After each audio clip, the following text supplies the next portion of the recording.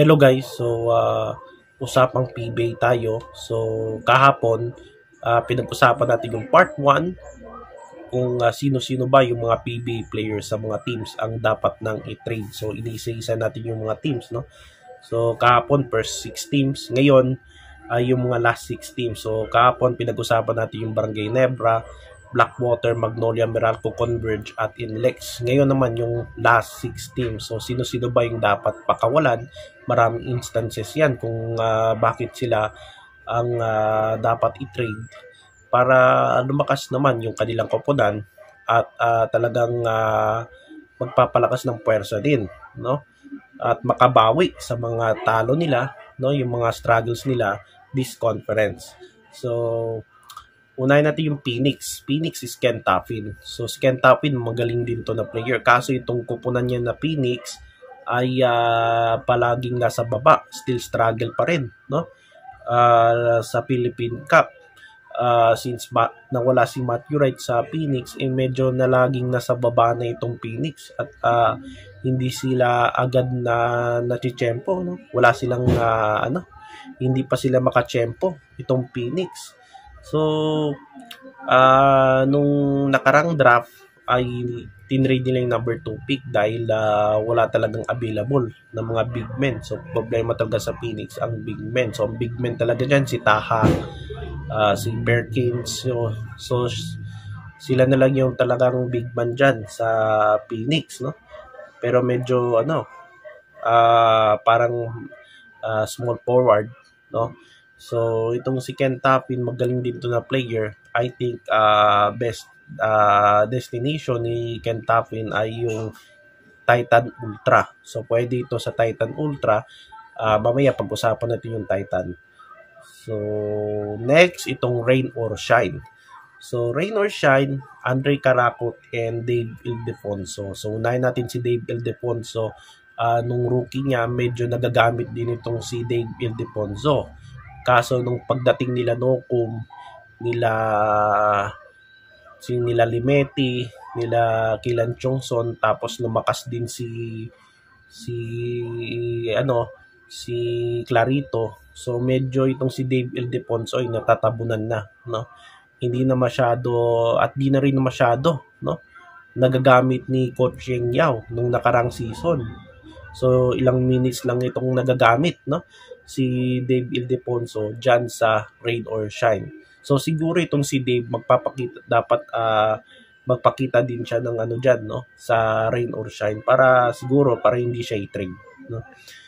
Pero sayang din to, no. Siguro dapat na itong pakawalan para makakuha sila ng big man kasi yung Rain or Shine kulang-kulang sila sa big man. Ngayon na-injured si Kate Dato at malamang out for a season na itong si Dato. Tapos itong si Luis Villegas, di natin alam kung kailan ito maglalaro, no? Sabi nila December daw itong si Villegas. I think tingin ko rito parang ito na yata yung last chance ni Villegas kasi kung hindi pa siya magpapakita, no? Kung babalik siya pero yung laro niya ay medyo hindi maganda, siguro i-release na itong si Villegas, no, sa Rain or Shine para makakuha sila ng mga bigs, no. Tapos itong si Norwood ay last conference niya, no, sa PBA career niya. So ang Philippine Cup yung kanyang last conference. So meron ng isang slot para sa Rain or Shine. So papasok dyan sila Manaytay at si John Roque. Hinahantay pa nila yung kung kailan matatapos yung kanilang season doon sa kabilang liga, no? So si Manaytay parang nagre-ready na para maglaro. So matatabo na naman itong si Dave Ildefonso nito, no? Tapos itong si Andre Caracot ay napapansin natin bumaba yung kanyang laro. Siguro ay sa pagdating ni Stanley Pringle, pero si Stanley Pringle nung last game hindi nakalaro, no? Tapos bumalik din si Limetti. Tapos lalong lumakas din si Anton Asisio. Kaya siguro bumaba din yung laro ni Andre Caracot, no? mula mga 9.5 points per game last season. Mga halos 10 points in the game itong si Karakot. Pero pagdating ng Philippine Cup, ay average niya 2 points a game. So, in 5 games pa lang naman ito, guys, no? So, 5 games pa lang itong rain or shine. So, pwede pang makabawi itong si Karakot. So, naka-apekto ba kay Karakot yung sinasabi nila, yung pagbablog niya, no?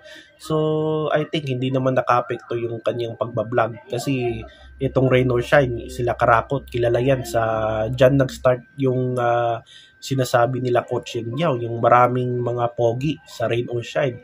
So, of course, yung mga pogi na binabanggit niya, hindi man niya sinasabi, yung mga grupo ni Karakot, kagaya ni Adrian Nocum, nila Santillan, tapos si Nocum, Santillan, Karakot, at yung kanilang team utility, yung ball boy na si Eric Nanas. So sila yung 4 na grupo na yan. So kung sakaling i-trade si Karakot, mababawasan sila, no? So I think maraming teams ang mag-iinteresado nito, no, kung i-trade sila. Unang-una dyan yung Ginebra. So pwedeng kapalit yan sila Pinto at si Adamos, pwede rin. Titan Ultra, pwede rin. Magnolia, pwede rin. Siguro para ibalik na dyan si Pulli, no? Tapos, yun, yung mga teams na pwedeng posible maging interesado dito kina Karakot at Dave Ildefonso para yung rain or shine para lumakas din kasi sayang din naman, no? At yung kanilang pinapangarap na championship makuha nila, no? So yun. So kung gusto niyo mag-champion, magpalakas kayo. Next, San Miguel, Jeron Teng at si very surprised itong pinili ko, Don Trollano. So si Don Trollano, I don't think iti-trade nila ito kasi paborito to ni Coach Leo Austria. So si Don Trollanos, pero sa totoo lang sayang din yung ano niya, no? Kasi pwede din ito maging star player. Ibig sabihin yung magdo-dominate sa kanyang team, no? Itong si Trollano kasi every year parang nag-improve yung production ni Don Trollano, no? Mula sa depensa, nag-opensa din itong si no? Nag-improve din sa opensa si Don Trollano. So sayang.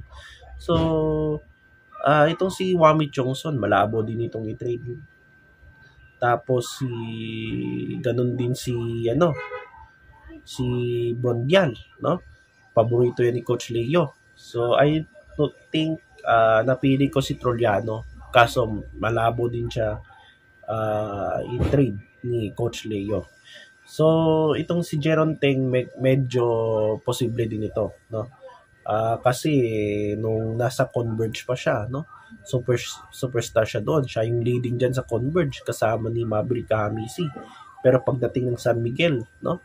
Halos hindi siya magagamit. Minsan ginagamit din siya mula sa fourth quarter, no? Pagdating ng fourth quarter, ginagamit na ito kapag yung lamang ng San Miguel pabor sa kanila, malaking lamang nila or di kaya ay tinambakan sila. So kadalasan pag tinambakan pahingay yung mga starter nila, ipapalit yung mga nasa bangko. So minsan nagagamit din itong si Jeron Teng, pero sayang din itong si Jeron Teng, no?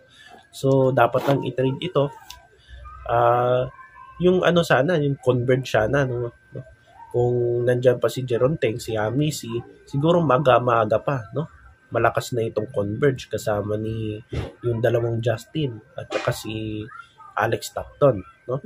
So sayang talaga. Pero itong si Jeron Teng may pa ito, bata pa ito So pwede pa itong i-trade, no? Sa ibang koponan, sayang din naman. Yung kanyang malakas din to sa college Yung college days niya. So sinasabi ko, iba talaga kapag nasa PB na, no? Tapos TNT, Kim Aurin. So itong si Kim Aurin, napapansin ko na parang no? Yung unang pagpasok niya sa TNT, tapos yung ikalawang taon niya, medyo malakas-lakas pa siya. Pero sa Philippine Cup, sa 15th season, medyo bumaba yung production niya, no? Siguro sa pagdating ni Gio Lalon, nila Kevin Ferrer, tapos nagagamit na rin, no? Si ano, yung si Galinato, yung big man. Tapos bumalik na si BGR. So itong si Kim Aurin natatabunan na, no? Magaling dito sa depensa eh.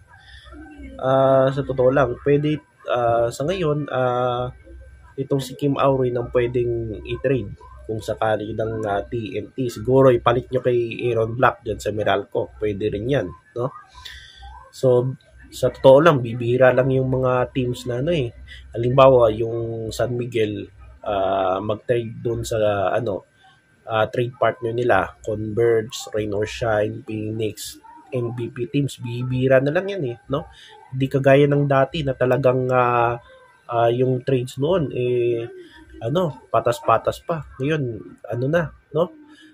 Yung trade partner nila, halimbawa ng San Miguel, yung Northport at Terra Firma. So, wala ng Northport, Titan Ultra nang pumalit.